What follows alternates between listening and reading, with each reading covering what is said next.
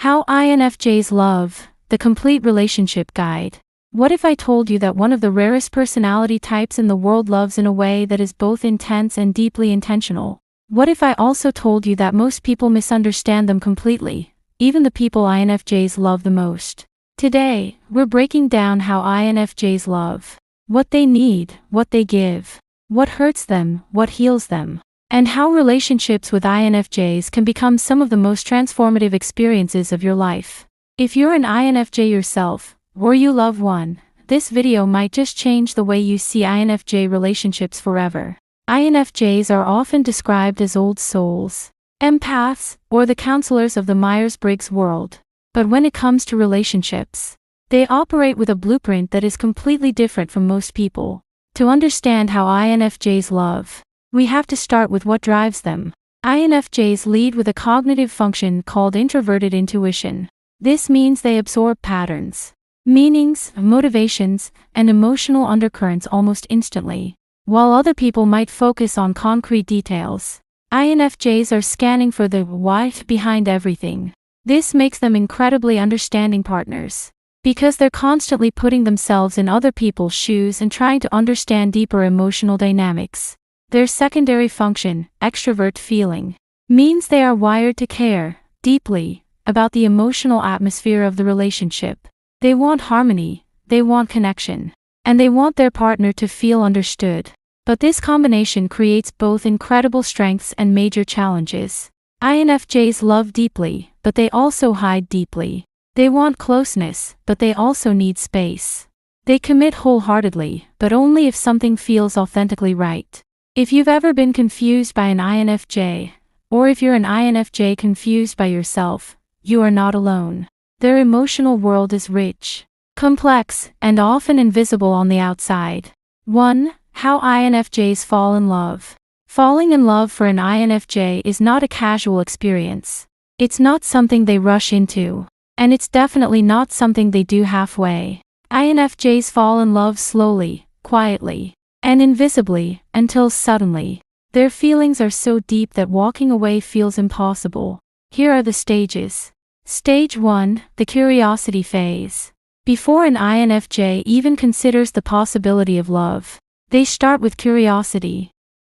Something about you intrigues them, maybe your mind, your emotional energy, your authenticity, or your worldview. They notice patterns in how you act, how you speak, and how you connect. They're collecting data, not out of judgment, but out of genuine fascination. They ask themselves, does this person feel real? Do they align with my values? Do they feel safe? Are they consistent? If you pass this stage, the INFJ moves forward. Stage 2, the slow emotional opening.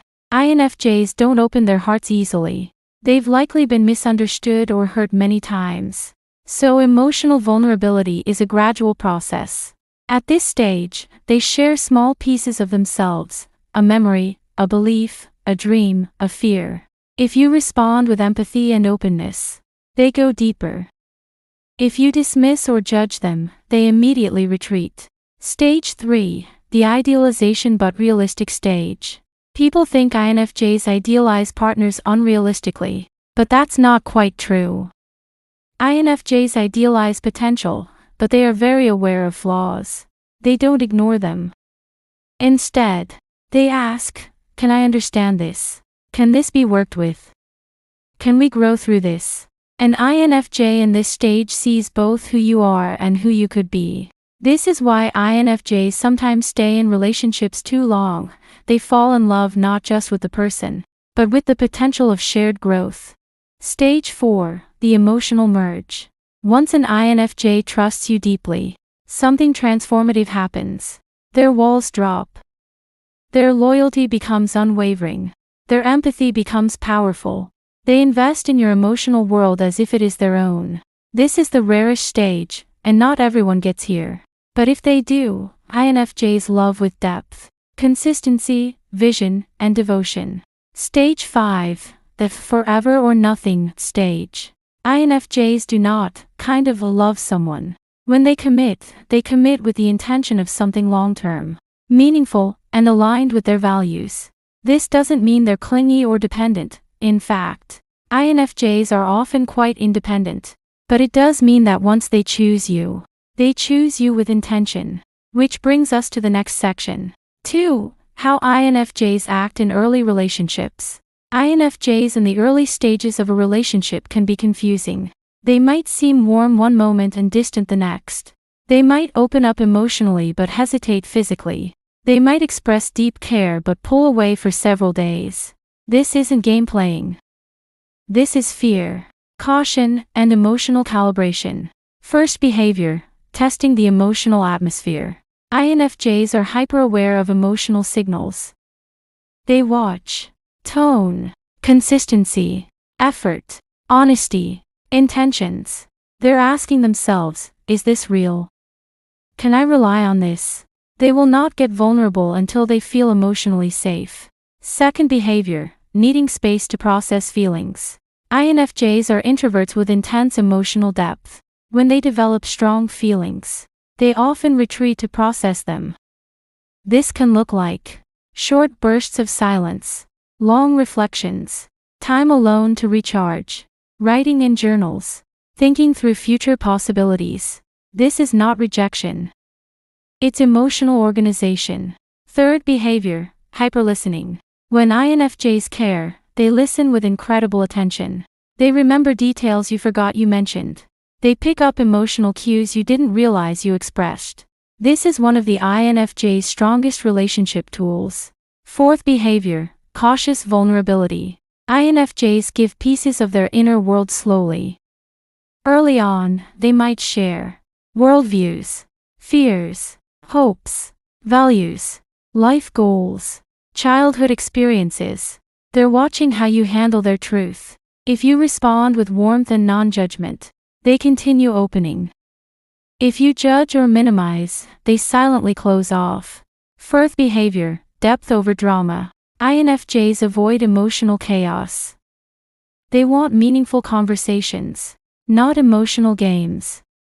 They prefer honesty over mixed signals, and emotional maturity over impulsive behavior. Early in relationships, INFJs are seeking alignment, emotional compatibility, and long-term potential. This brings us to part 3. What INFJs need in a partner. INFJs have simple needs on the surface, but deep ones underneath. Here's what they truly require in a relationship. 1. Emotional safety. This is number 1. Without emotional safety, INFJs will not open up. Emotional safety means no manipulation, no yelling, no passive-aggressive behavior, no lies, no unpredictability. It means a calm, steady, honest partner. 2. Authenticity. INFJs crave realness. They don't care about status, popularity, or superficial charm. They want a partner who is genuine, flaws, quirks, vulnerabilities, and all. 3. Deep conversations. Shallow small talk is draining for INFJs. They feel alive when they can talk about dreams, purpose, philosophy, relationships, growth, meaning. A partner who enjoys depth is a dream to an INFJ. 4. Independence.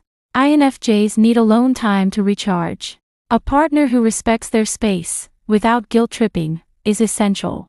At the same time, INFJs love spending quality time with someone who understands their rhythm. 5. Empathy.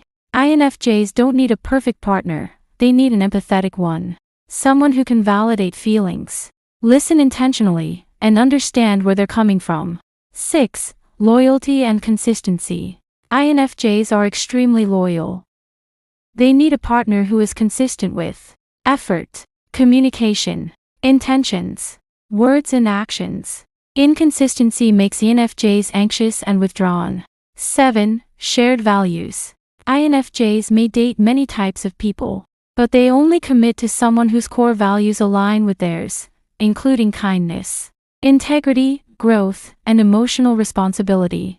This brings us to section 4, how INFJs show love. INFJs express love in ways that are often invisible to others.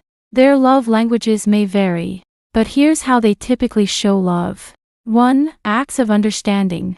INFJs show love by deeply understanding you, your thoughts, fears, stresses, and hopes. They often know what you need before you even say it. 2. Emotional presence. When INFJs love someone, they show up emotionally. They listen deeply, remember details, and offer empathetic support. 3. Thoughtful gestures. INFJs give meaningful, personalized gifts or acts, not generic ones. They might write long, heartfelt messages or create experiences that matter to you. 4. Quality time. INFJs cherish one-on-one meaningful time. Shared experiences, deep conversations, and emotional bonding are their favorite expressions of love. 5. Vision for the future. INFJs naturally think long-term. If they love you, they imagine and plan a future with you, not in a controlling way, but with hope and intention. 5. The secret struggles of INFJs in relationships. Despite being incredible partners, INFJs have real struggles. 1. Overthinking. INFJs analyze everything. They might misinterpret silence, tone, or behavior. Their mind can create problems that don't exist. 2. People-pleasing. Their desire to maintain harmony can lead them to suppress their needs. Over time, this creates resentment or emotional burnout.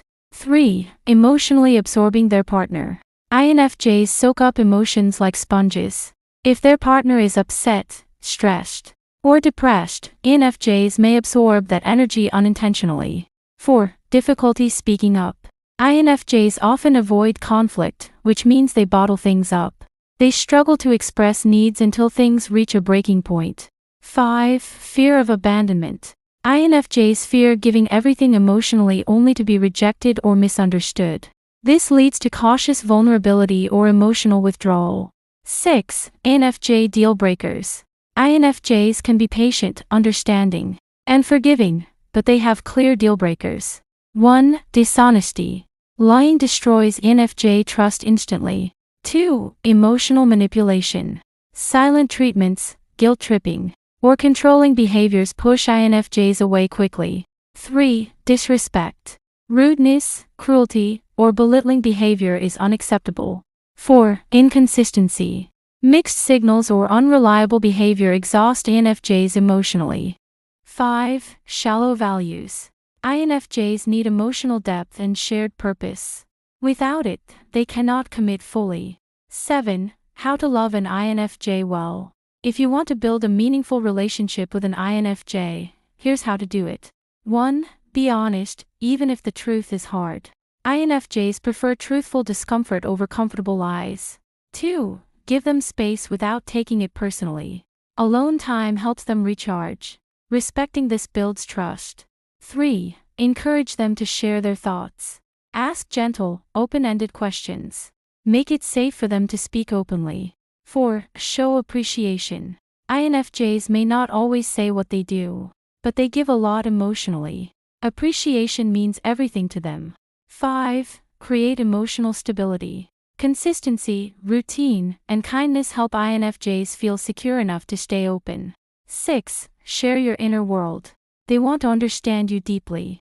Open up emotionally and thoughtfully. 8. What INFJs should work on to thrive in love. INFJs are powerful lovers, but they also have growth areas. 1. Speaking boundaries clearly. INFJs must practice expressing needs directly rather than hoping others will guess. 2. Letting go of perfection. No relationship is perfect, and INFJs must allow flaws, mistakes, and growth. 3. Balancing idealism with reality. INFJs should appreciate who their partner is, not just who they might become. 4. Avoiding emotional overinvestment. INFJs must learn to love deeply without losing themselves in another person's emotions. INFJs love with rare depth, compassion, intuition, and commitment. Their relationships are transformative journeys, filled with understanding, emotional richness, and shared meaning. But INFJ love requires patience, honesty, empathy, and a willingness to grow. If you're an INFJ, embrace your depth, but also protect your peace. If you love an INFJ, cherish their heart, because their love is a gift most people never get to experience. This has been your complete guide to how INFJs love. Thank you for watching. And remember, the rarest hearts often love in the rarest ways.